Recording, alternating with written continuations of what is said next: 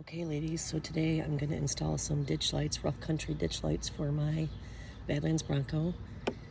As you can see here, accessory ready. This is where they're going to go.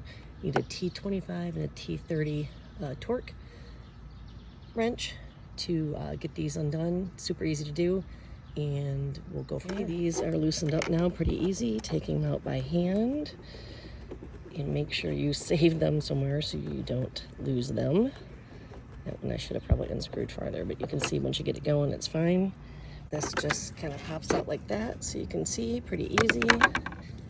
And then this will be able to lift up a little bit, which we're gonna pop it up just a little bit. I'm gonna get like a little piece of shiv and pop that up, and I'll show you what that looks like in a second. Use just a little pry tool, or you can get a shiv or whatever, and just kind of pop that up so now you can see really well in there. There's gonna be plenty of room to run the cord through. Hopefully you can see that. It's gonna run it down through here. I'll probably try to thread the connector side through here. I might pop this this area right here as well. We'll see here if I need to do that, but let me see what I can do, and we'll go. Super easy to run this cord through here. I pulled this up. Now when you come through here, you can see I'm able to actually pull the connector through, no problem. So that first part of just threading it's done. You can see I will put the clip back on here. I'll snap that back in and put this back on. And so this should go pretty smoothly. I could even let this hang a little bit if I needed to without scratching the truck. But there's a nice spot right there.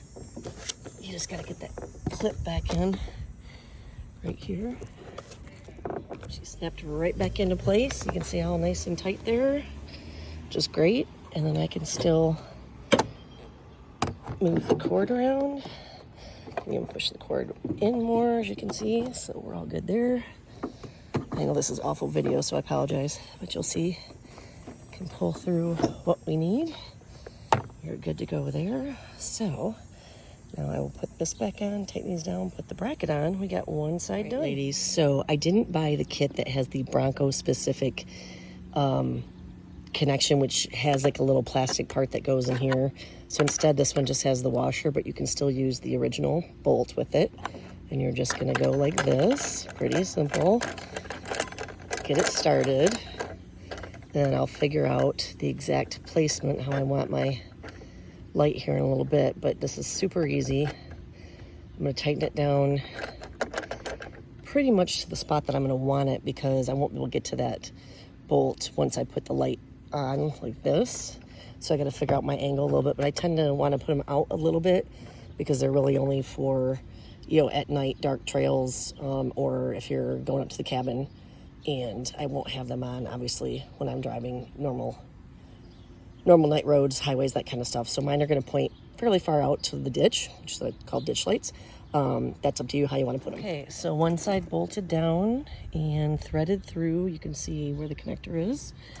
So I'll give you a view like this for right now. That's the one side. There's your connector, and I'll show you the wiring a little bit when I get a reminder. T30, T25, loosen them both up. We're going to pop this up, thread it in, got this loose. Popped it up, fed the connector side in, and she slides right in. Ladies, now I'm going to connect the harness to the passenger side and the driver side so I can see how much harness I'm going to need to tie up and cut off, and then I'm going to obviously connect into the Bronco loaded wires. So you have to grab back behind here because these wires were all kind of tucked hidden nicely, and you'll see the different colors. I'm going to be using the lowest amperage on these. I think like circuits 5 and 6. I need to, or switch 5 and 6. Need to get the colors, and I will do that in a second and tell you guys what colors I'm hooking to what.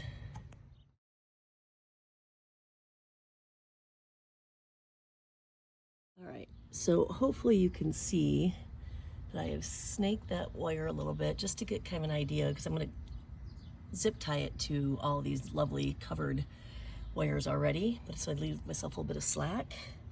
Come back here to the main area. As you can see, I have tons of harness left. So I'm gonna mark off probably right where my hands are at right now to cut. And then we will just focus on the blue, white, and black wires, because remember, red is power, and power is down at the relay, which we don't need for this since I'm going right to the auxiliary switches. So the auxiliary switches give you the power, so we don't need that. So for the DR amber lights and for the LED lights, I think white is LED and blue is amber, so blue to blue and white to white, and then black will go to the ground right here. One of these grounds, probably that one right there or that one right there. So I'm going to mark this off, take the harness inside. Ladies, as I said, I didn't need the relay or the switch because I'm wiring to auxiliary switch. So look at all that extra harness I don't need. Crazy, huh? So here's what's left on my table, and let's hope I can get this working how I want it to. Like I said, I believe the white is for the LED, the blue is for the amber, and the black is for the ground. So I'm going to strip each of those, and then I will show you what I'm going to do next, but I will put them into a connector. Here's my handy dandy tool that I use to actually strip the wires. If you don't have one, you can use even just a little jackknife or something, but these little stripper tools make life a lot easier. All right, ladies, so you can see I have the blue wires together in one connector, and then that will go connect to the aux switch wire underneath the hood. I didn't have a good butane torch, so I had to use a lighter, which is kind of funny, and people will probably give me shit for it. I'm gonna wrap some electrical tape around this end here too, just to be safe, but I think it'll be fine. And then I will show you how to do the same thing with these two ends with, again, a connector here. You gotta put in each of those, then you'll crimp it and heat it up to shrink it down, and then I will put a little electrical tape on it. So that's how you go about getting these. So again, two whites together because there's two lights, two blues together.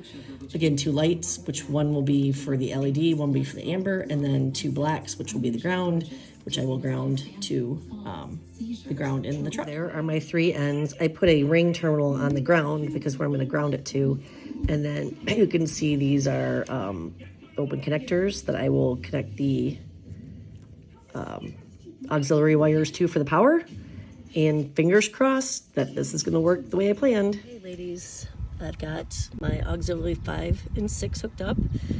And you can see I've got the connectors on, the ground on. I'm gonna put a little electrical tape on the other end of the connectors here just to make sure everything's shrink good and covered so no condensation water, muck will get in there. And I did test the lights and they work. It's pretty bright out right now, so it's hard to see, but I will try to go out when it's dark tonight and show you with them on. So if I can do it, you can do it, guys. So now you can see that I zip tied the harness up so it's out of the way for everything, and then clean this all up here so that looks nice now, taped up and looks good. And I'll show you with the lights. So there we go with the bright white LEDs. And then I will switch to the amber here and you'll see what those look like. And now the amber. I'm happy with everything. I think it turned out really good. And looking forward to hitting the trails this coming weekend and doing some camping. I like the look of them. Small, simple, looks nice with the rough country covers on them. Rock and roll.